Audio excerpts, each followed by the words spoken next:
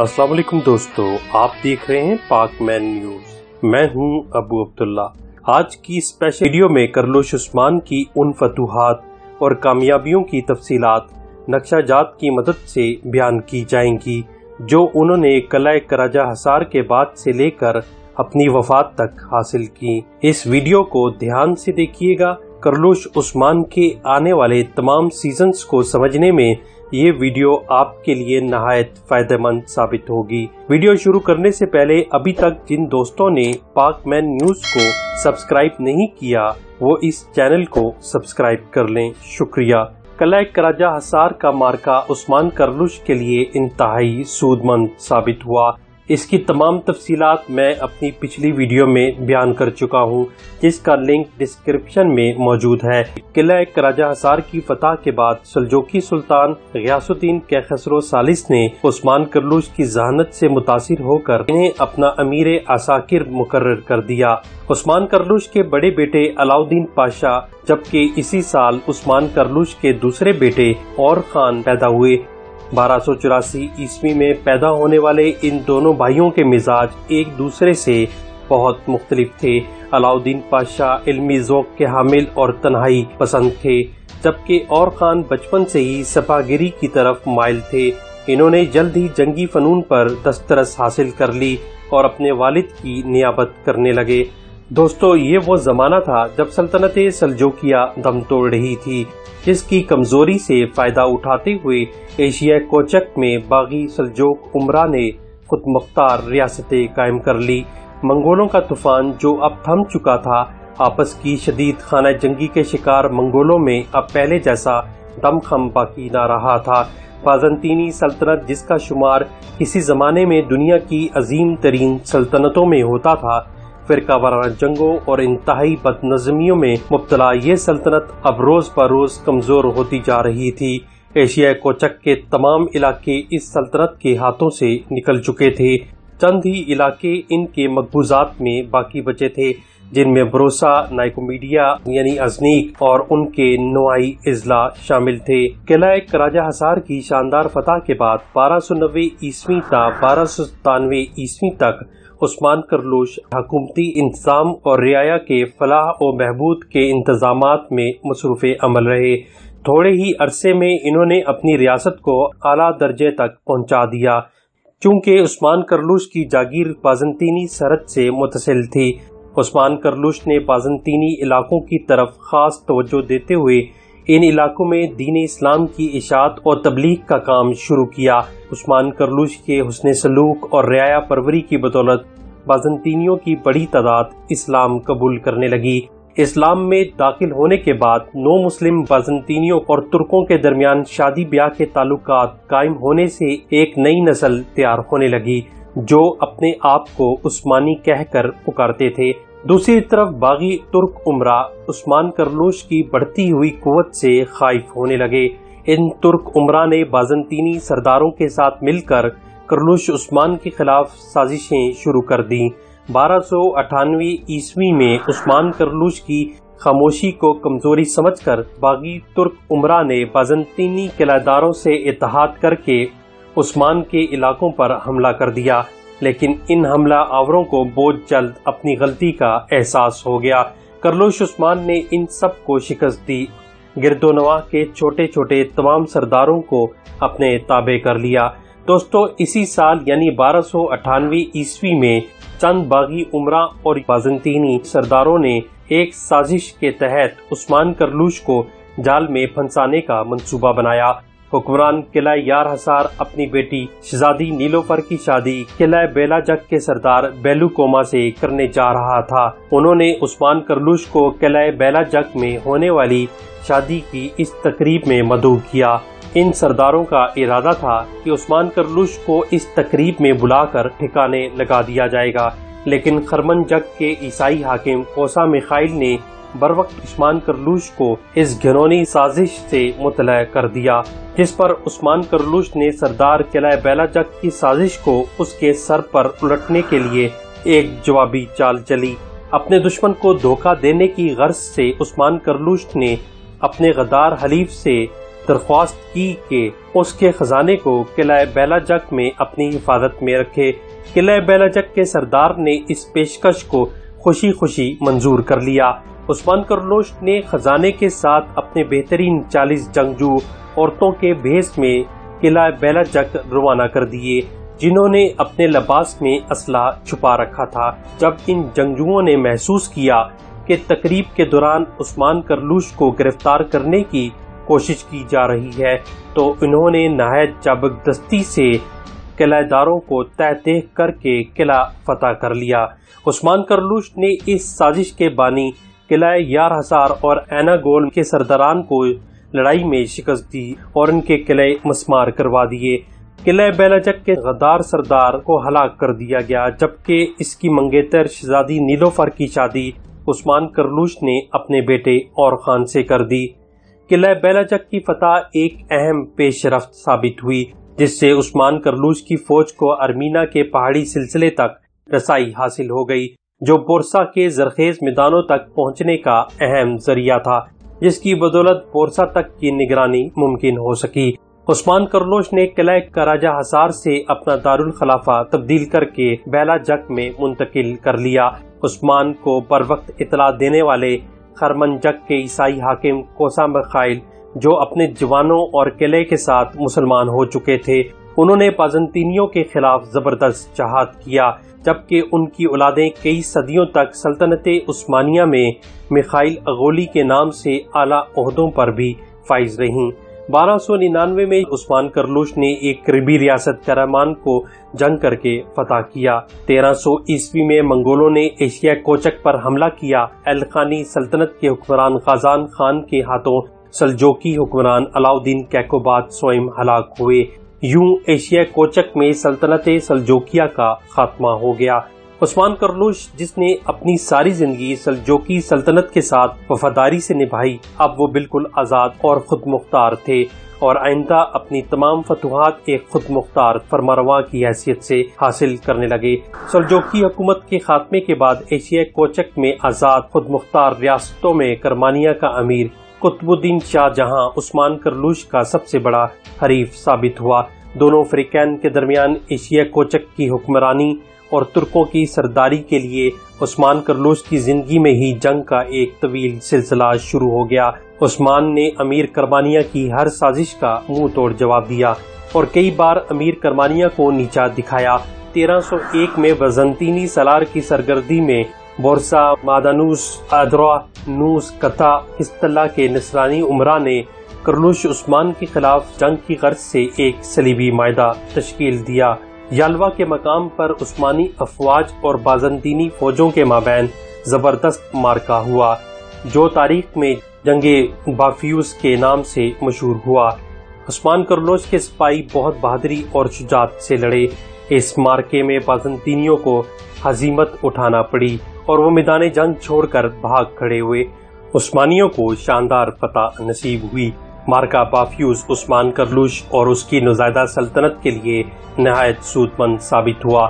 اس معرکے کے بعد عثمان کرلوش پورے ایشیا کوچک میں معروف ہو گئے اور ہر جگہ سے ترکوں کے وفد ان کے پاس بیعت کے لیے آنے لگے۔ لوگ جذبہ جہاد اور کرلوش عثمان کے اعلیٰ اوصاف اور دلیری کی بدولت جوگ در جوگ کرلوش عثمان کے جھنڈے تلے جمع ہونے لگے اور ان کے جنگجوؤں کی تعداد میں بھی مسلسل اضافہ ہونے لگا۔ دوستو، اسی جنگ سے متعلق مشہور ہے کہ عثمان کرلوش نے جنگ سے قبل اپنے چچا دیندار بے کو ہلاک کیا۔ 1301 عیسوی میں کرلوش عثمان نے یینی شہر کو فتح کر لیا اور دارالحکومت بلیجک سے یینی شہر منتقل کر دیا۔ 1302 میں قلعہ قیون حصار فتح ہوا۔ 1303 میں ایک اہم تجارتی اور سماجی مرکز ازنیک نیکومیڈیا پر حملہ کیا، لیکن عثمانی فوج اس شہر کو فتح کرنے میں ناکام رہی، لیکن عثمانی فوج نے اس شہر کا محاصرہ کر لیا۔ بازنطینی شہنشاہ اینڈرونکس پالیولوگس نے عثمان کے بڑھتے ہوئے اثر و رسوخ کو ختم کرنے، ان کی فتوحات کو روکنے اور ازنیک شہر کا محاصرہ ختم کرانے کے لیے الخانی منگول حکمران غازان خان کو ساتھ ملانے کی تکو-دو میں لگ گیا، جس کے لیے اس نے اپنی بہن میریا کی شادی غازان خان سے کرنے کا بھی اعلان کر دیا۔ چنانچہ بازنطینی حکمران کو ایک حد تک اپنی کوشش میں کامیابی حاصل ہوئی۔ قیصر بازنطین کے ابھارنے پر منگولوں نے دولت عثمانیہ پر حملے شروع کر دیے۔ دوسری طرف بازنطینی شہنشاہ پیلاؤلوگس نے سربیا کے بادشاہ سے بھی مدد کی اپیل کی، جس نے ایک خاطر خواہ لشکر عثمان کی سرکوبی کے لیے روانہ کر دیا۔ عثمان کرلوش نے عبد الرحمن غازی سالتوک الپ اور کوسا میخائیل کی سرگردی میں اپنے بیٹے اور خان کو فوج کا ایک حصہ دے کر منگولوں کے حملے کو روکنے کے لیے مشرق کی طرف روانہ کیا، جبکہ باقی فوج لے کر عثمان کرلوش بازنطینی حملہ آوروں کا مقابلہ کرنے کے لیے مغرب روانہ ہوئے۔ اور خان جو صف شکنی میں اپنی نظیر نہیں رکھتے تھے، انہوں نے منگولوں کے ہر حملے کو بڑی خوبی کے ساتھ ہر مرتبہ شکست دے کر پیچھے ہٹایا، یہاں تک کہ منگول شکست خوردہ اور نامراد ہو کر واپس لوٹنے پر مجبور ہو گئے، جبکہ دوسری طرف کرلوش عثمان اور متحدہ بازنطینی فوجیوں کا ٹاکرا قیون حصار کے مقام پر ہوا۔ متحدہ بازنطینی فوجوں نے جرأت و بہادری کے ساتھ عثمانی فوج کا مقابلہ کیا، لیکن عثمانی فوج کے مجاہدین نے بازنطینیوں کو پچھاڑ کر رکھ دیا اور جنگ ڈیمبوس میں کامیابی حاصل کی۔ اس جنگ میں عثمان کرلوش کا بھتیجا گندوس الپ کا بیٹا آئیدگدو بے شہید ہوئے۔ ان کا مقبرہ آج بھی قیون حصار گاؤں کی حدود میں واقع ہے۔ جنگ ڈینبوس کی شاندار فتح کی بدولت عثمان کرلوش نے اہم تجارتی مرکز ازنیک شہر اور اسٹل کہتے ایلوباد کے قلعے فتح کر لیے۔ 1308 میں قلعہ لیف کے گیو اور آک حصار کو بھی فتح کیا گیا، جس کی بدولت عثمان کرلوش نے بازنطینی سلطنت کے اہم تجارتی راستوں پر مکمل کنٹرول حاصل کر لیا، جس سے بازنطینی سلطنت شدید دباؤ کا شکار ہو گئی۔ عثمان کرلوش نے اپنی سلطنت شمالی دریائے سکریا کے ساتھ ساتھ ہوتا ہوا جنوب مغرب میں بحر مارمورا تک بڑھاتا چلا گیا۔ یہ سارا علاقہ دولت عثمانیہ کے زیر انتظام آ گیا۔ فوجی اہمیت کے حامل ان علاقوں کی دیکھ بھال، نظم و نسق اور حفاظت کے نقطہ نظر سے عثمان کرلوش نے اپنے بہترین کمانڈروں کو تعینات کیا۔ اس کی شہر میں اپنے بھائی گندوس الپ کو حاکم مقرر کیا، کراجا حصار کو اپنے بیٹے اور خان کے حوالے کر دیا، یار حصار حسن الپ کے زیر انتظام چلا گیا، اینا گول میں ترگلت الپ کو حاکم مقرر کر دیا، جبکہ عبد الرحمن غازی، آکچا کوچا، سمسا چاوش، ان کے بھائی سولامیش، کنور الپ اور آئیکوت الپ عثمان کے ہم رکاب رہے، جبکہ سالتوک الپ اور کوسا میخائیل غازی اور خان کے ساتھ تھے۔ اس کے بعد ایشیا کوچک میں بازنطینی سلطنت کا آخری شہر بورسا بچ گیا تھا، جو ابھی تک عثمان کرلوش کی دسترس سے باہر تھا۔ بورسا کا شمار بازنطینی سلطنت کا ایشیا کوچک میں موجود سب سے اہم ترین مرکز میں ہوتا تھا۔ 1317 عیسوی میں عثمان کرلوش نے بورسا شہر کی سرحدی چوکیوں پر قبضہ کر کے بورسا شہر کا محاصرہ کر لیا۔ بورسا کا محاصرہ تقریباً 10 سال تک جاری رہا۔ یہ دنیا کا ایک طویل ترین محاصرہ تھا۔ دنیا سے اس کا زمینی راستہ مکمل طور پر منقطع ہو گیا۔ 1321 عیسوی تک شہنشاہ بازنطین نے بورسا کا قسطنطین کے ساتھ اپنے سمندری راستے کے ذریعے خورد و نوش کی فراہمی اور کمک کا سلسلہ جاری رکھا۔ عثمان کرلوش نے بورسا کی اس آخری بندرگاہ پر بھی قبضہ کر لیا۔ یوں اس شہر کا رابطہ مکمل طور پر پوری دنیا سے کٹ گیا۔ ان کے پاس خورد و نوش کا سامان ختم ہو گیا اور فاقوں تک کی نوبت آ گئی۔ اس شہر کی حفاظت کے لیے بازنطینی فوج نے جان توڑ کوشش کی۔ طویل محاصرے کے دوران عثمانی فوج اور بازنطینی فوجیوں کے درمیان مارکے بھی جاری رہے۔ بالآخر نصرانی سپہ سالار امیر شہر ایکرینوس کو عثمانی فوج کی مستقل مزاجی کے آگے سر جھکانا پڑا اور 1326 عیسوی میں محصورین نے ہتھیار ڈال دیے۔ عثمان کرلوش کا بیٹا اور خان فاتح کی حیثیت سے شہر میں داخل ہوا۔ عثمان کرلوش بورسا فتح ہونے سے قبل بیماری کی حالت میں سکوت واپس لوٹ گئے، جہاں وہ بورسا کی فتح کی خوشخبری کا بے تابی سے انتظار کرنے لگے۔ آخر وہ تاریخی دن آ گیا جب عثمان کرلوش کے صاحبزادے اور خان بورسا کی فتح کی خوشخبری لیے اپنے والد کے پاس حاضر ہوئے۔ بستر پر دراز ان کے پروقار چہرے پر مسرت کی لہر دوڑ گئی، ان کے ہونٹوں پر کلمہ شکر جاری ہو گیا۔ پھر انہوں نے اپنے بیٹے کو مخاطب کرتے ہوئے کہا کہ بیٹے، میں اس دنیا سے جا رہا ہوں، لیکن مجھے اطمینان ہے کہ میرا لائق بیٹا میرا جانشین ہوگا۔ میری باتیں غور سے سنو، ظلم کبھی اختیار نہ کرنا، رعایا سے عدل و انصاف کے ساتھ پیش آنا تاکہ رعایا خوشحال ہو اور ملک آباد رہے، فتوحات کا دامن پھیلانا تاکہ اللہ کا دین عام ہو، شریعت کی پیروی کرنا۔ جو حکمران رعایا کو عدل و انصاف نہیں دے سکتا وہ حکمران بننے کا اہل نہیں۔ اس کے چند دنوں بعد 21 رمضان المبارک 726 ہجری 21 اگست 1326 عیسوی کو عثمان کرلوش سفر آخرت پر روانہ ہو گئے۔ ان کی وصیت کے مطابق انہیں بورسا لے جا کر دفن کیا گیا۔ بورسا میں ان کا مزار آج بھی موجود ہے۔ بورسا کو دارالحکومت بنانے کی جو ہدایت عثمان کرلوش نے دی تھی وہ نہایت دانشمندانہ فیصلہ تھا۔ عثمان کرلوش نے 69 برس کی عمر پائی اور تقریباً 30 سال سے زائد عرصے تک حکومت کی۔ ان کی جاگیر کا طول 120 میل اور عرض 60 میل تھا۔ گو کہ یہ مملکت بہت مختصر محسوس ہوتی ہے، لیکن یہی ننھا سا پودا صرف 2 سال میں بڑھ کر ایک تناور درخت کی شکل اختیار کر گیا۔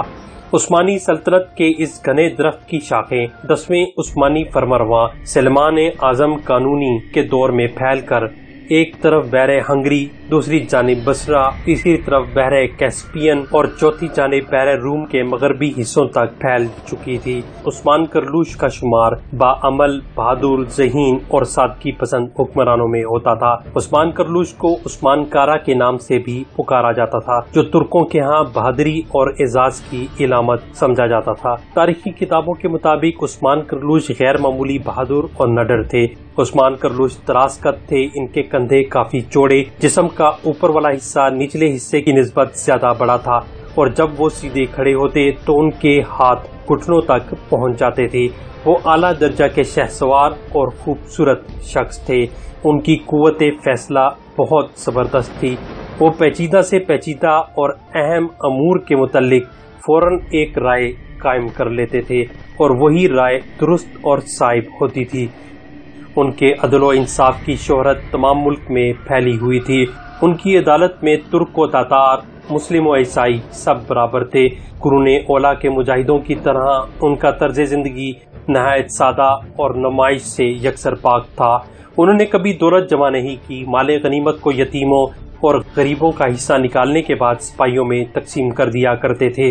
وہ فیاض، رحم دل اور مہمان نواز تھے۔ یعنی شہر میں ان کے رہنے کا جو مکان تھا اس میں سونے چاندی یا جوہرات کی قسم سے کوئی چیز بھی ان کے مرنے کے بعد نہیں ملی۔ صرف ایک کفتان، ایک سوتی امامہ، لکڑی کا ایک چمچہ، ایک نمکدانی، چند خالص عربی گھوڑے، زراعت کے لیے چند بیل، بھیڑ بکریوں کے علاوہ چند کتابیں اور تلواریں، بس یہی اس عظیم مجاہد کی ساری کائنات تھی۔ اس کی ان تمام خوبیوں کی وجہ سے ہی ترک آج بھی ان کا نام عزت سے لیتے ہیں۔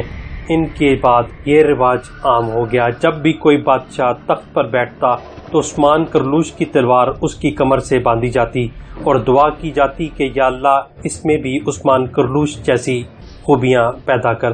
چونکہ عثمان کرلوش اپنے چھوٹے بیٹے اور خان کو اپنا جانشین مقرر کر چکے تھے۔